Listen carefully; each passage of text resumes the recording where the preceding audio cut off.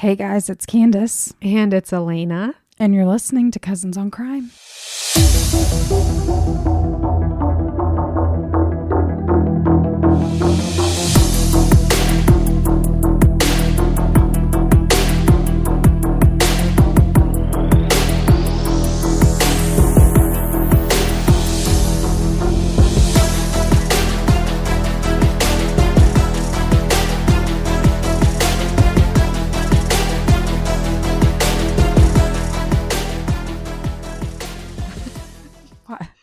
Why do I sound Why even are you worse? whispering? Yeah, I don't know. I'm still gross, but sexy, gross. I don't know. Who knows? How are you, Lena? Oh, peach cane. Peachy cane. Mm-hmm. Oh my gosh, peach cobbler. I just thought of that. Did you have some recently? No, but I want some now. Okay, call Daniel right now. Do we have any business to discuss at the top of the hour? Business. Hey, if you're going to send us a story, will you please send it to our email? Because I know that there were more stories. I've been collecting them, but I know there were more. We so bad want to do these feel good stories, and Yeah. we've gotten a few through the email, but I know that we've gotten some through DMs, Facebook Messenger. Yeah. If you've sent them through Instagram or Facebook, just please maybe resend them to email. To the email, which is cousinsoncrime@gmail.com. But yeah, if you haven't sent stories, please send us some feel good stories because we really want to share. Yes, we do. And it's a nice little insert into the darkness. Yeah. So, all right. Well, I guess if that's all the business we have, I'll just get right into my story. Let's go. So the case I have to tell you about today has remained a mystery for over 40 years. Kind of like last week where you kind of feel like your hands are tied. Yeah. There's just nothing more that could be done. And actually, I remember seeing this case featured on Unsolved Mysteries when I was a kid. And I was horrified. Oh. You'll see why. So today I want to tell you about the disappearance of David Bocks. I don't remember this one. Okay, so located 20 miles outside of Cincinnati is Fernald, Ohio.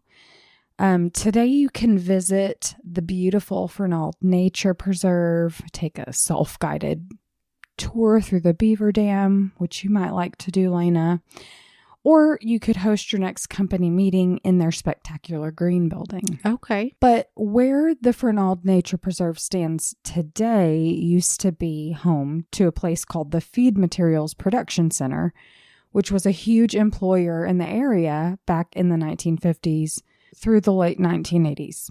The production plant operated under the National Lead of Ohio, or NLO, and was owned by the Department of Energy. But that wasn't really common knowledge to everyone. Oh, okay. If you go to their website, the Nature Preserve website, it'll tell you all about their plant that they used to have back in the day, with this spin on it that they've decided, when they shut down the plant, they decided to change their mission to environmental remediation. But that's not really how it all started. So there's a water tower in the heart of the town that bore the plant's red and white checkered logo. So most people who lived in the town, drove by, thought the plant was making dog food because it just had a similar logo to the Purina brand dog food that's big here in the U.S. Some in the community perhaps drove by and didn't really give it another thought.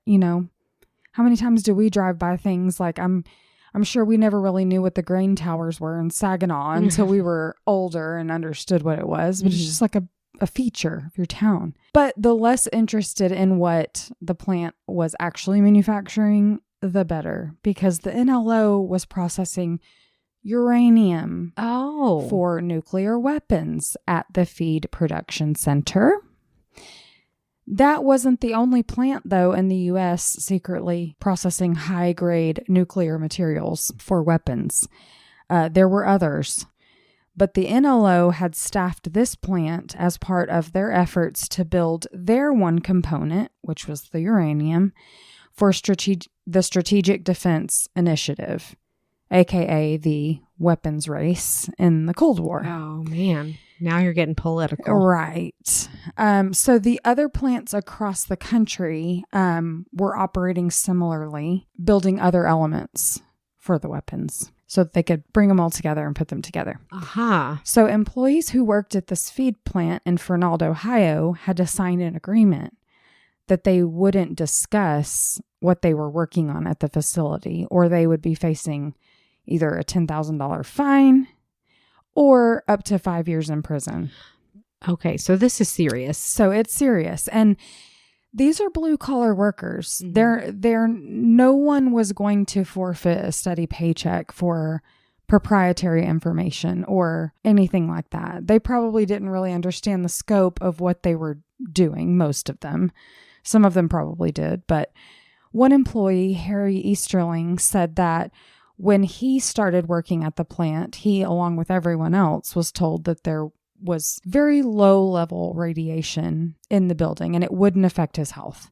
Everything was above board. Harry was instructed not to tell anyone what they were up to in there, and he signed the NDA like a good little boy, just like all his fellow employees did. There are many places of employment that require these discretionary agreements from employees. So while he may have been like raising an eyebrow at first, he understood the guidelines and it wasn't anything nefarious to him.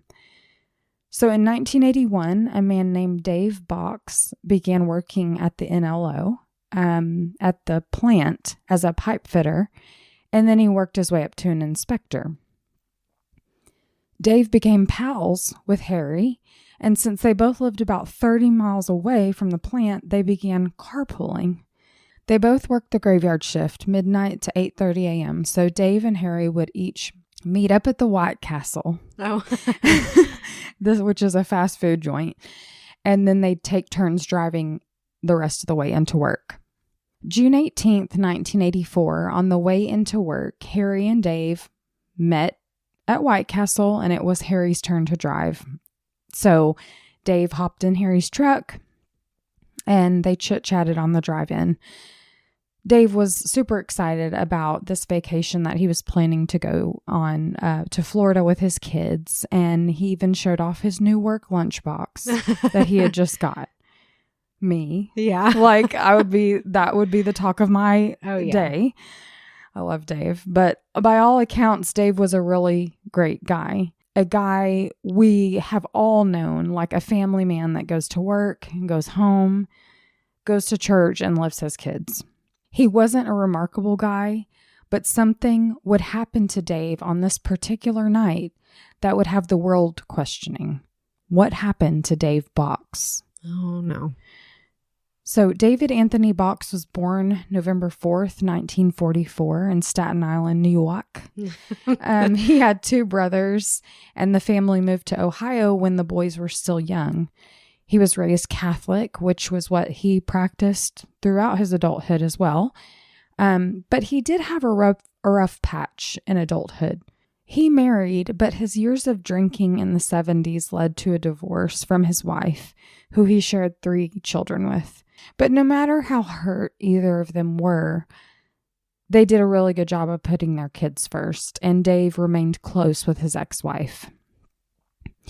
The children may have lived with their mom, but they could count on their dad. Anytime they needed him, they could visit him anytime. He could come by anytime. It was just, he adored his kids, and his ex-wife was very come and go as you please. And maybe Dave was a cutie back in the 80s. I don't know. I'll post a picture of him. He was legally blind in one eye, so he wore these thick glasses, had big ears, which his daughter Casey says that she got from her dad. He was tall and kind of stocky. He had a mustache. So he really looked, with the glasses, the mustache, he really looked quintessential 80s. He was a quiet man and kept himself, but he attended church and he would lend a hand anytime they needed it. It was reported that he and actually his ex-wife, they both cut the grass at the church. Oh, just to help out. So he was living in Loveland, Ohio, and had just seen his children for Father's Day weekend right before he disappeared. His daughter Casey remembers that he dropped them off a little bit early at their mom's house because he had to work that night. So he wanted to go home, get some rest before he had to work his overnight shift. Though he kept to himself, he loved chatting on the CB radio. Oh, yeah. So he used the handle Easy Rider. Okay. Okay. I think connecting with people over the CB radio was easier for him. It allowed him to maybe connect with the people in ways that he didn't feel comfortable with face to face. Kind of like these keyboard warriors out here that like those trolls down in their grandma's basement. Yeah. They're more bold whenever, you can't see their face. Exactly. Yes. Not that he was hateful like that, but. No, I think he was just looking for connection. And his daughter said that he'd go sit out in his car and chat for hours. So when Dave and his wife got a divorce, that's basically what he did all the time in his free time. So he may have been reserved, but don't take him for a pushover. I mentioned earlier that he was an inspector at the plant, and he was very vocal when it came to safety at the plant. Harry told Unsolved Mysteries that Dave would let people know if he saw something sketchy or if employees in certain plants were being exposed to anything dangerous, like to take extra safety precaution, like, hey, you're going to want to wear a mask or, this careful around this pump. This one's really radioactive or whatever. Oh, goodness. Saying things like that.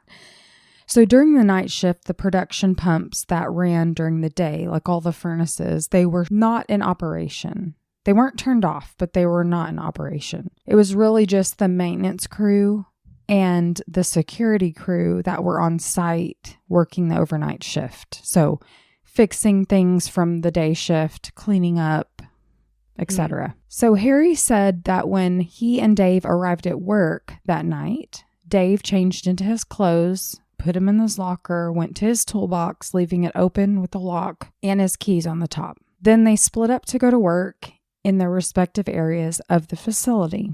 In the next couple of hours, Harry was busy with work and hadn't really crossed paths with Dave in a while.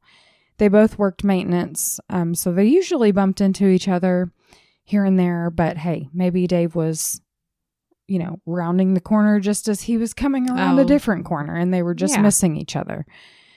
Harry told Unsolved Mysteries that there was a safety meeting in Plant 4 that started at 7 a.m. that morning, which was an hour and a half before the men were supposed to be clocking out. So they were going to attend the safety meeting and then they could go home at the end of their shift. Oh. But Dave didn't show up to the safety meeting. So weird. Yeah. This guy, Harry, I have to say, is not your typical man because, I mean, no disrespect, but it seems like, he was picking up on all these oddities and making note of them, not just brushing them off, but he really was finding these things uncomfortable. Like, oh, Dave's not here. Okay, well, maybe he's working on something and he couldn't make it. But after the meeting, he couldn't find Dave.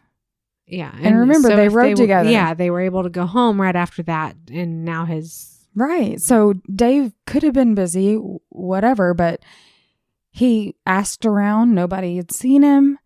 And by now, he's ready to go home. Harry's like, the clock has already hit 8:30 and he's ready to go. So he's still looking around for Dave, can't find him. He goes to Dave's workstation and the keys and the lock are still sitting up on top of his toolbox like they were at the beginning of the shift. So he's like, that's weird. Okay, so he hasn't even come back to get his keys. So Harry waits until 10:45 a.m. Oh, no. Over 2 hours. He waits and looks and asks around for Dave. Oh my gosh. And what was everybody else saying? Just, I don't know. Or people were just saying like, oh, we haven't seen him. Can you help me look for him? Yeah, I don't know what he was doing in those 2 hours. He probably was walking all around the place. Goodness gracious. But he didn't find him. So he told the security guard, look, I've got to go home and get some sleep. So he leaves a note and it says, Dave, waited till 10:45, finally went home. Sorry, Harry. Oh my goodness. So, I mean, he had to go. What are you going to do? Well, yeah. So he's just hoping and praying, just telling himself that something held him up and he would get a ride back to his car. After leaving work, Harry didn't hear from Dave. Harry felt bad, that he had left Dave high and dry at work. He expected to get a phone call being like, hey, sorry, man, I got a ride to my car, or just some kind of explanation. But he just thought, well, maybe he's going to tell me when I see him right tonight, the next day, on the next shift. Yeah. Well, it's funny because like when you work the night shift, it's the same day that you see the person again. Okay. So it truly feels like you are working all the time. Yeah, I can imagine. And shift work like that is so hard on your It sleep is. schedule. It is. It rewrites your brain. Yeah. That sleep schedule. So when the next shift rolled around, Harry arrived at the restaurant thinking, well, we meet here all the time. Yeah. It's Dave's turn to drive in to work. And so he breathed a sigh of relief when he saw Dave's car sitting there at the restaurant. So he figured, well, he beat me here. He didn't see Dave in the car, but he just parked next to him and thought he's run in to get some food because this is something that he did before shifts. I mean, he'd go in, get some food or get a couple hamburgers to take with him into work and eat later. So, like I said, it was Dave's night to drive. So Harry gets out of his car, he grabs his lunchbox, and he's waiting for Dave to come back out to the car. So he sort of leaned up against Dave's car. And it took him a couple seconds to really process it. But it occurred to him that Dave's car was cool to the touch. Oh. He walked over to the hood and put his hand right in the middle. Stone cold. Yeah, hadn't run at all. Right. So he's like, this car hasn't been driven recently. And it was that moment for him. I think that given that he hadn't laid eyes on Dave since the beginning of their shift the night before, and now he's finding Dave's car still in the same spot, and now he believes it's been parked there since they dropped it off. Never moved. Harry is really worried now. He can no longer make excuses for why his reliable friend would suddenly be MIA. Well, I'm worried now. Yeah, exactly. So Harry gets back into his vehicle and rushes into work immediately, reporting Dave missing to the plant security guard. And an investigation begins, really starting with Harry and this security guard. So whatever searching was done the night before, whether it was casual, like, is he in here? Dave, are you in here? This was a little more serious. Mm-hmm. So you had the security guard. He cracked open Dave's locker. And I don't know if they even knew what they were looking for in there, but they were shocked to find that his street clothes were still in there from the day before. Oh, okay. Same clothes he had been wearing the night before. When they went to Dave's workstation, the keys and the lock were still on top of the box. Oh. Like they were the night before. What in the world? Hadn't moved. Dave's daughter, Casey, remembers being at a racetrack with her brother and her mom's boyfriend when she heard her mom's boyfriend's name being paged over the loudspeaker. Casey told him, hey, they're calling your name. But he didn't hear it, so he just brushed it off. But when they got home from the race, her mom was waiting at the door and said, your dad is missing. Oh my gosh. And Casey recalls, she was younger. She wasn't an adult at the time, but she remembers thinking her dad was an adult. So how does her dad get lost at work? Yeah. I love how kids think so simply, but honestly, well, let's go find him. We should be thinking the same thing. Like, he doesn't just get lost at work. Yeah. So back at the feed plant, employees were starting to learn that Dave was missing because, there's this commotion. Have you seen Dave? They're looking for him. They're searching through his stuff. And so other people start joining in the search, looking in wherever. I mean, there's a million places you could look probably in a plant. After reviewing the records from the night and early morning hours that Dave was last seen, they found that his punch card showed that he had clocked in at midnight, but he never clocked out. Right. So they also reviewed the data from the plant's, like machines and doohickeys or whatever it was. And they found that at 5:15 a.m., one of the furnaces had a sudden dip in temperature, about 28 degrees, which you and I might not think is very significant, but to the plant employees, they knew that the only way that the temperature would drop is if something foreign was introduced into the molten liquid inside the furnace. No. Upon inspecting the furnace in question, an employee noticed something on the ledge, like a little piece of something, like rock maybe, but he really thought it looked more like bone. No. Whatever it was, everything taken together was enough to get the police involved at this point. The Hamilton County Police Department arrived and got the lowdown from the plant supervisor. And around 3 p.m. that afternoon, they ordered that this furnace be shut down. Yeah. I don't know why the plant didn't think of that, but I mean, I kind of know, because you can't just stop production, but you can in this kind of thing. But you kind of can. So no one could really investigate this furnace until the contents were cooled down. I mean, this was molten liquid, like lava. It glowed red. But it would take days for the liquid to cool enough for them to do a thorough search during. Yeah. So 3 days to be exact. I don't think any of these investigators had really dealt with a situation quite like this before, where they had to sit around and wait for days just to make entry into a particular location to conduct a search due to temperature. I mean, yeah. So with each passing day, Dave still hadn't been heard from, which just reaffirmed everyone's horrifying belief that Dave had gone into that furnace somehow. And even though the investigators weren't experts in these types of radioactive chemicals, they knew that by the time they got to sift through the material in there wouldn't be much to find. Well, yeah, you wouldn't expect. According to, and I just found a website about cremation. So, Funerals by T.S. Warden. I'll link them in the show notes if you want to learn more. But a body would need to be placed inside a cremation furnace that's been preheated anywhere from 1,400 degrees to 2,000 degrees Fahrenheit. Ooh. And it typically takes 2 to 3 hours to render a body down. And we've talked about degradation of a body with fire in some of our other cases. And fragments of bone will be the only thing that remains if the fire is constant, tended to, and constant for hours and hours. The only reason a funeral home gives ashes to a loved one is because there's a second process with the bone and everything that remains. They, if someone has like a hip replacement or something, they take all the metal out and they'll render everything down to a finer material. And I'm sorry to just talk about it in like this, like it's just cremation.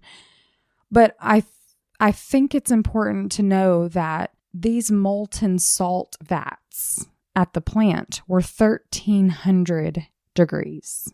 So nearly 1,400 degrees. Pure liquid at that. Pure liquid. And so if he had gone in and he was in there for hours, Lord, you just like hours and hours. Hours and hours. So everything but the bone belonging to Dave would have been gone. While waiting for the furnace to cool down, investigators walked the plant. They interviewed employees. They checked out Dave's locker and his toolbox. They even spoke to Dave's family. Nothing indicated to them that Dave ever left work that night, the last time he was seen. And upon speaking with one of Dave's shift mates, they discovered that in the wee hours of the morning, Dave was seen speaking with his supervisor about 4 a.m. in a parked car outside one of the plant buildings. It's an odd place to have a meeting. Yeah. So, if you're thinking of a warehouse, or even if you have ever driven behind a Target or something and you see like there's a couple random cars parked there by a loading dock or whatever. Sure. So this is kind of the situation. They maybe just stepped into one of these vehicles that was already sitting outside the door and had this conversation. Okay.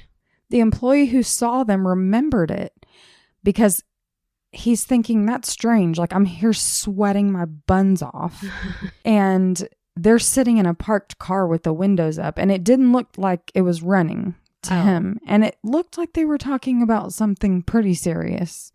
So anyway, and like he probably was thinking, get back to work. Yeah. So he remembered it being a little strange. Then an hour later, the same guy sees Dave walking towards plant 4, which was their green salt plant. So an hour later at 5 a.m., the same guy sees Dave again walking towards plant 4.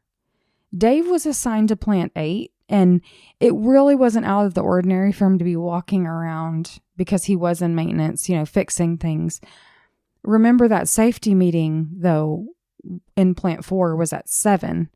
So it's not like he would have been going to the meeting at 5 a.m. Yeah. Because he was last seen way before that. So the witness shrugs it off. He's like, whatever. He just observed him. And now he's telling the police. He ends up being the last person that saw Dave. Oh my goodness.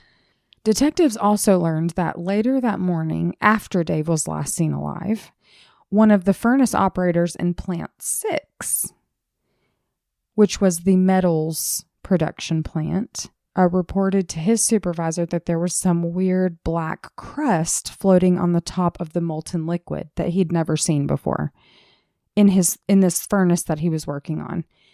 And there was a really strong smell that he'd never quite smelled before. He thought it was kind of weird. Okay. He said, "Hey, John." So John Sadler, another employee, walks over and he's like, "Get a look at this. What do you think this is?" John looks at it and both men are just like, "What is this?" Something seeping out of a crack in the furnace. And so they called their supervisor over to report this. And the supervisor was like, "Yeah, I really don't know what that is. Just get back to work." Oh. So, well.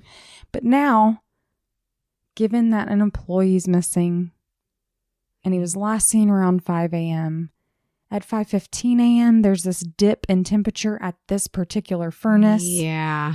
All signs were pointing to something or someone had gone into the furnace in plant 6. But why? And how? How? Are these furnaces like something that you can easily get into, fall into? So David Wells, a reporter with the Inquirer, explained that the furnaces were about 12 feet long, 4 feet wide, and 4 feet deep. And they were filled with this molten salt. And like I said before, it was like heated to 1,350 degrees Fahrenheit. Even though the furnaces weren't operated during the night shift, they were still left on because if you don't keep it hot, it will cool and harden. Okay. Right? So the liquid will harden. They needed to keep it on constantly, which is exactly what they found days later when they shut it down, was that the liquid hardened. So searchers in full protective gear, and I read that it wasn't mostly the police searching, it was employees searching this rubble. Yeah. Well, because, as secret as this place is, they probably don't want a whole lot of people in the place, but you would think as a investigator, you would need to be a part of that. Yeah. I don't know if it was like, why don't y'all search? Well, because they were used to the elements and all that. And they had the protective gear. They knew how to handle this material. I'm sure there was a number of factors, but they literally had to go in and chisel and jackhammer. Oh my gosh. And be gosh. super careful separating the chunks and looking through all the little pieces, breaking smaller chunks into even smaller pieces and sifting through particle dust and inspecting each remnant for significance. Wow. They found several fragments of human bone, which was quite concerning, but they'd already thought Dave had gone in and that Well, he was yeah, dead. So but here's your proof. yeah. So, and it wasn't like they could test the bone because it was toxic. It was radioactive. Oh my gosh. So they also ended up finding Dave's keys in the rubble. What? Okay. It's the keys for me. Okay. Listen to this. So they were able to match these keys to Dave's car. Like they actually took the keys, put it in. Ooh. It matched his car. 3 of the keys matched padlocks that belonged to Dave. I don't know if one was on his locker, but anyway, they matched it to Dave's stuff. And the last key was like bent and damaged. So they weren't able to really verify what that key was from, but they thought it was probably his house key.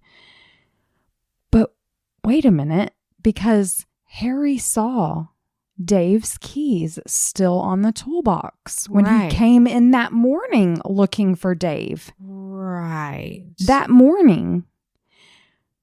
So that time of 5:15 a.m. when the temperature dropped is believed to be the time Dave goes into the furnace. So investigators presume that Dave has his keys on his person when he goes in, right? Yeah. But Harry says that's not possible because he saw the keys with his own 2 eyes hours and hours after 5:15 a.m. Okay. Harry said the keys must have been deposited into the furnace after Dave's body went in. Oh, And after Harry arrived back at work looking for him.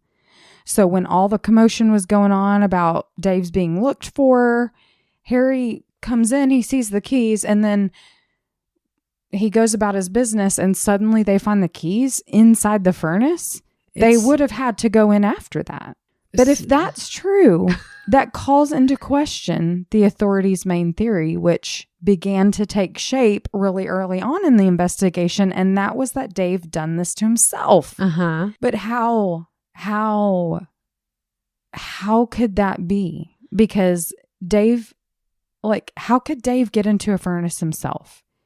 Why? He didn't get in and then get out and go get his keys.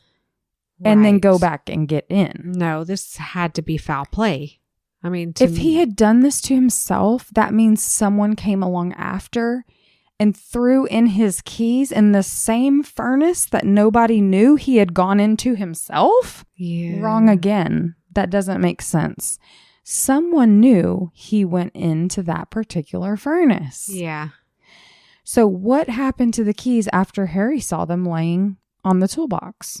Well, Harry went to Dave's toolbox. As supervisor, went with him, took the keys, locked up Dave's toolbox, and Harry never saw the keys again. Okay.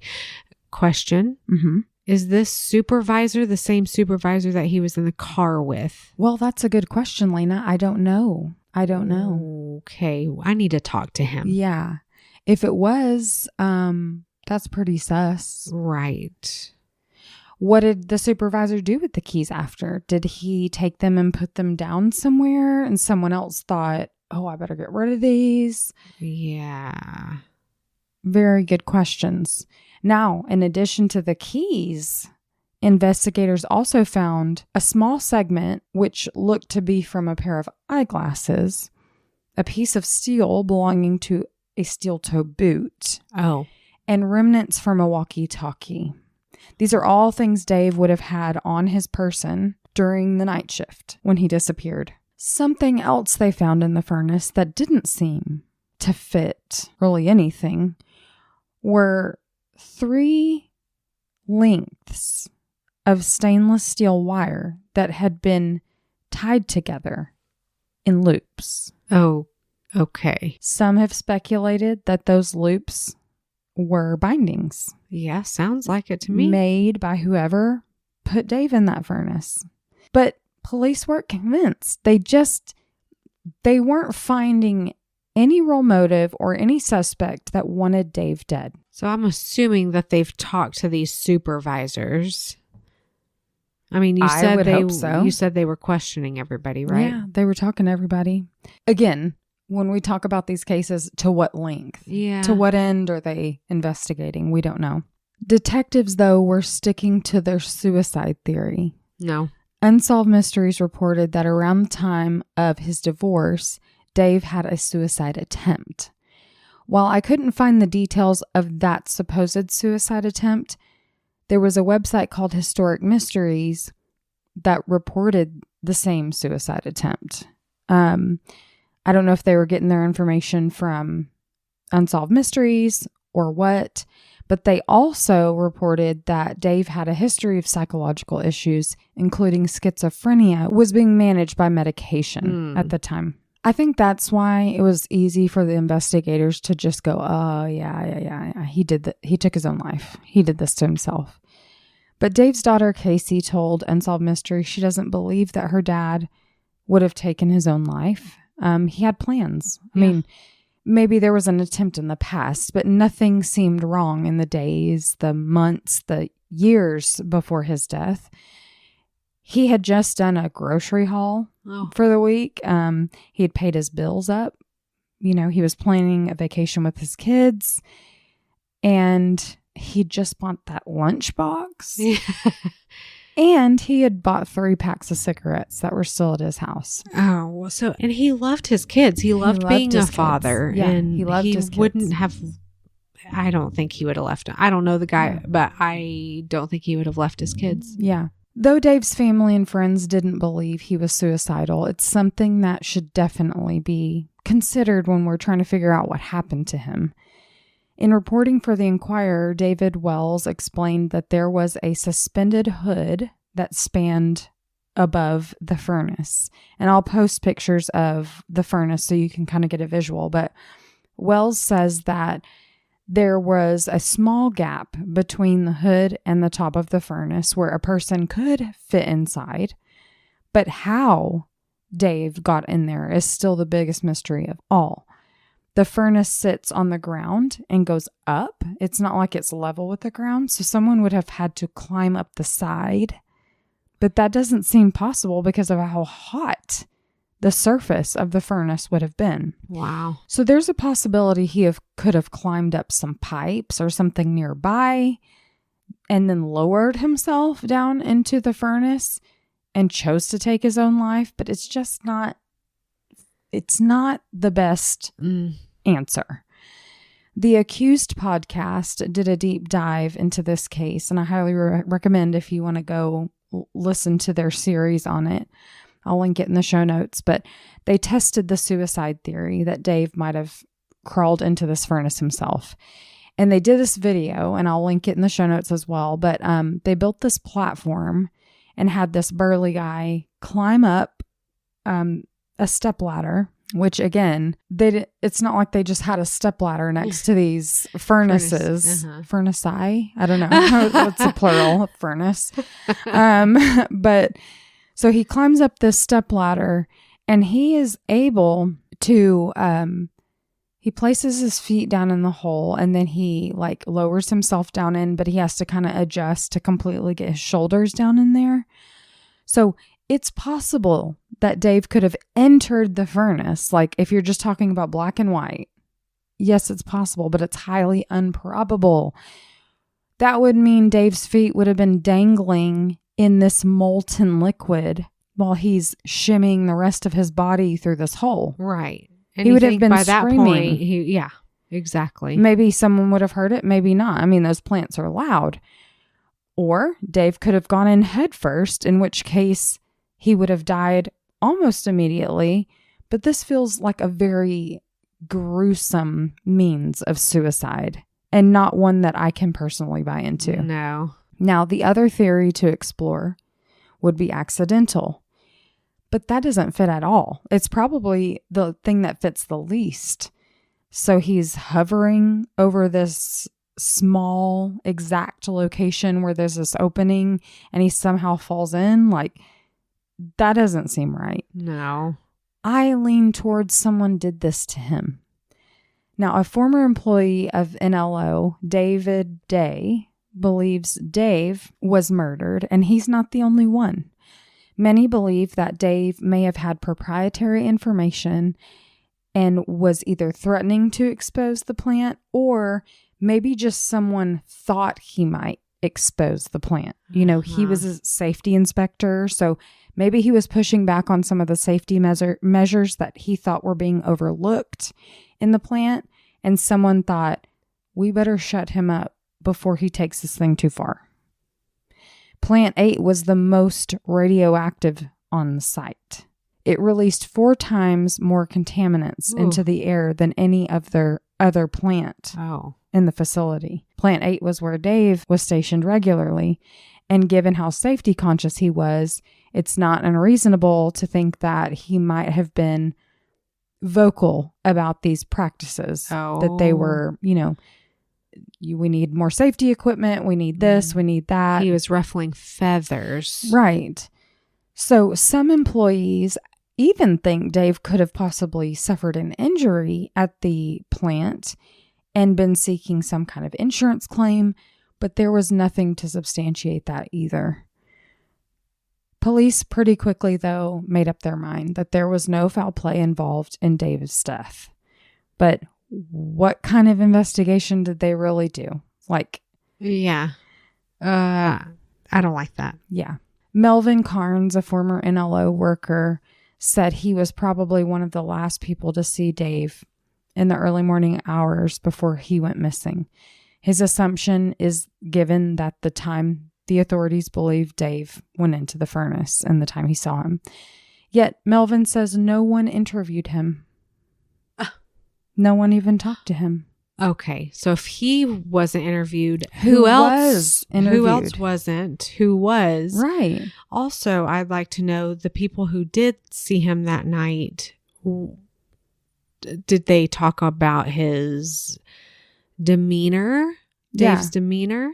Yeah, and so I do know that he was fine. Everything seemed fine. When he was with Harry, he seemed upbeat. He seemed fine. So he was excited about his vacation. There was nothing to indicate that he was upset about anything.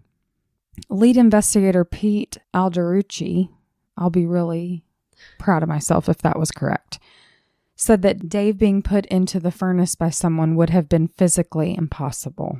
I mean, you said he was stocky. I mean, not only so Pete told the Accused podcast when he was interviewed by them that he never even considered homicide as a possibility. I'm so confused. So you've got workers at the plant saying it's not possible for Dave to have done this himself.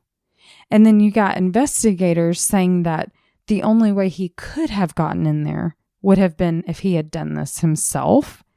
I'm going to go with the workers that have been in and out of that facility for years, and they kind of know the ins what's and outs, what's up, what's down. I feel like they may have a better understanding of how it all works. For sure. Well, 5 years after Dave literally disappeared, in 1989, the NLO made headlines again when there was an accident at the plant that caused uranium dust to be released into the air. What? Supposedly, there was a filter and a pressure monitoring system that were not doing their jobs for 3 months. So the spokesman for the plant came out and said, well, maybe the particles escaped to the environment. Maybe they didn't. Oh, goodness. We couldn't know for sure. But shortly after that, the NLO was shut down because they were people in the community were getting sick. And so it was a whole thing. I think that it's likely that only 1 or 2 people know what happened to Dave that night. Was it the supervisor that was speaking to Dave in the truck with the windows rolled up in the summer heat? Uh-huh. Was it the same supervisor that locked up his toolbox and took his keys and threw them into the very furnace that he had thrown Dave's body into before? No matter what theory swirled around the plant for years, everyone knew Dave could not have done that to himself, because that would have meant climbing up into the furnace, removing the cover, going in, and then putting the cover back the way it was. Oh, wow. With that small opening. Dave was never buried. What's left of his body were fragments of bone that were too toxic to be returned to his family for burial. They're currently being stored in a sealed drum in a radioactive facility in Nevada with other toxic materials. Oh my gosh, that is I mean, I so can't tragic. imagine what is worse, like not having your loved one's body to lay to rest, or knowing that what is left of them is too toxic to even have. Right. Dave was just 39 when his life was cut short. There have been reported sightings of Dave, like, oh, he's down in Mexico living his best life. Stop. And his daughter said sometimes she just chooses to believe that instead. Yeah. Yeah, okay. He's in Mexico. He's having the greatest time of his life. Rather than what all of the evidence points to, which is that he died that night in a molting furnace of hot liquid. Yeah. And knowing that someone could have done this to him and nobody's trying to find out why. Bindings, like the keys and the bindings, like those wires that were looped. Like they keys showed make no sense. I know the keys. The keys is a huge thing. I remember when I was a kid seeing them do this reenactment of him being bound and lowered into this furnace, and that's what freaked me out. But they did show, I don't know if it was actual evidence or if it was just a reenactment photo of the wires, like the bindings, which I'm referring to them as bindings, which is speculatory, but it looks like hand bindings, and then they were bound, like the ankles were bound too. Oh. And that's how he was maybe lowered in there. We'll never know. No. But that is a story, the mysterious death of Dave Bocks. And that was in 1984? Yeah, 1984. Oh, I don't like that. I don't. I want to see the police reports, like who they spoke to. I want to know if the supervisors are still alive. Like, so there's a couple, in the Accused podcast, and there's a couple other documents online that you can find, like his death investigation report. It's unremarkable. I mean, it doesn't have much on there because there's not much to say about. I mean, there wasn't a body. Yeah. It just talks about bone fragments, and they don't really have a date of death or cause or manner of death. That's so frustrating. So there's really nothing much they could have put on that. And like Dave was 39, okay, let's just say 40. If most of the people there are in their 40s or 50s working there, 40 years later, they're going to be in their 80s or 90s or are they, Lena? Or not alive at all. They were exposed to radioactive chemicals for many years. Okay, you've got a point. They point. could have all died of radiation by now. And that's tragic, because there will never be any justice in this case. And yeah, I can't, like you said, I can't buy into the suicide theory. I can't. And it's not to say that people haven't taken their own lives in very gruesome ways.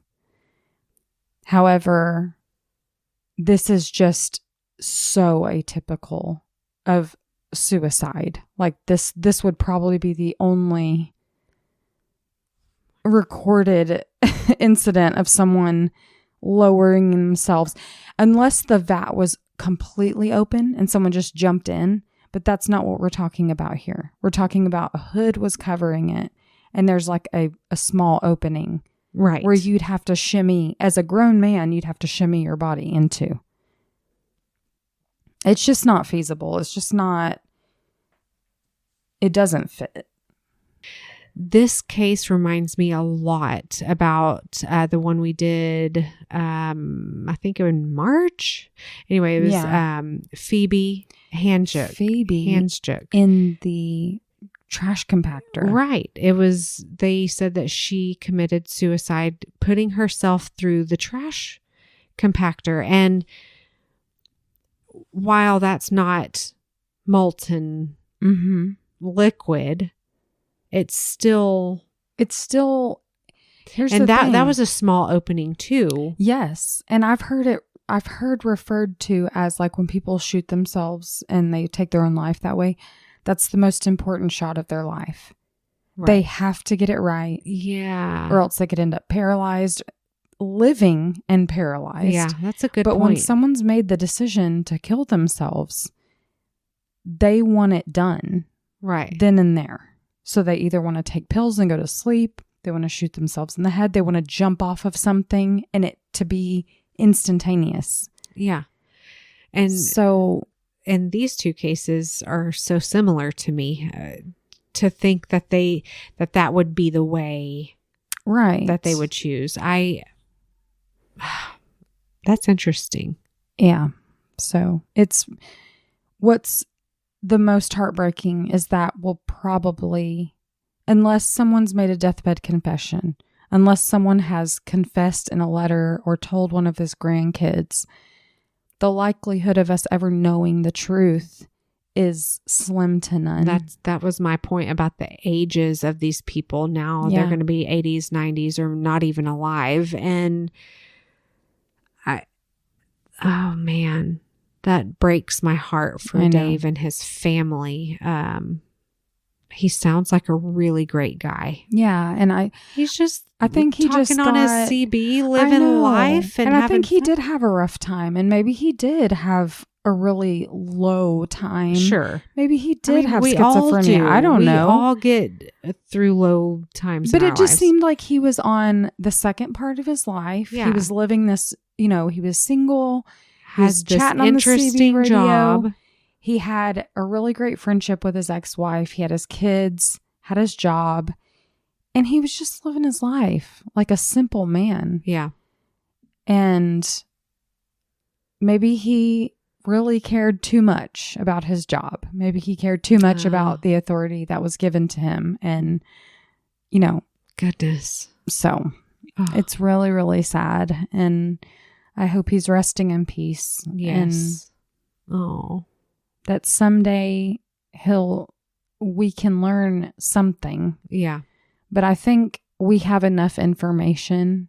We may not know who did this, but I think we have enough information to point in a direction. Oh yeah. Which is that someone did this to him. That's what's so maddening and frustrating is that they had this information then. Yeah. And they couldn't see that there was something to it. I know. Yeah. Thank you for telling me of this case and about Dave. I never heard it. And Unsolved Mysteries. Leave it to Unsolved Mysteries. Robert Stack.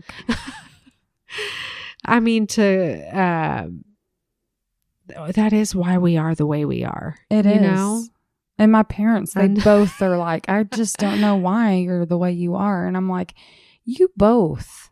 Unsolved My dad Mysteries. would watch Rescue 911 and my mom was watching Dateline and Unsolved Mysteries. So I don't want to hear it, Brenda and Alan.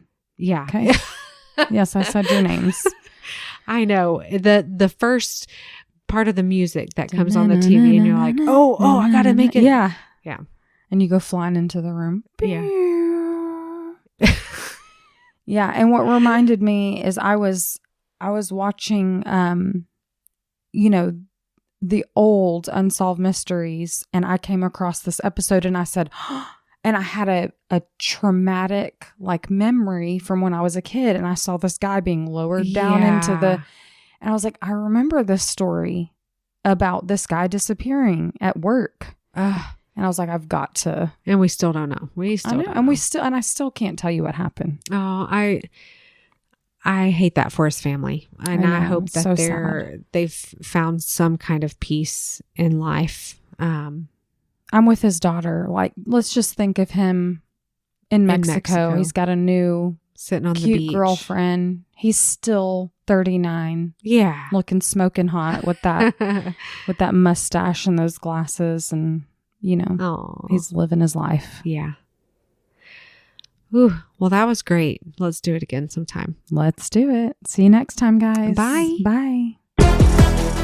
Thanks for listening to Cousins on Crime. If you're enjoying the show, please rate and review wherever you listen, and consider joining our Patreon for bonus episodes every month.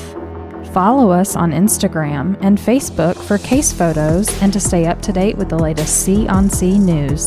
If you have a case suggestion or just want to tell us how cool we are, email us at cousinsoncrime@gmail.com.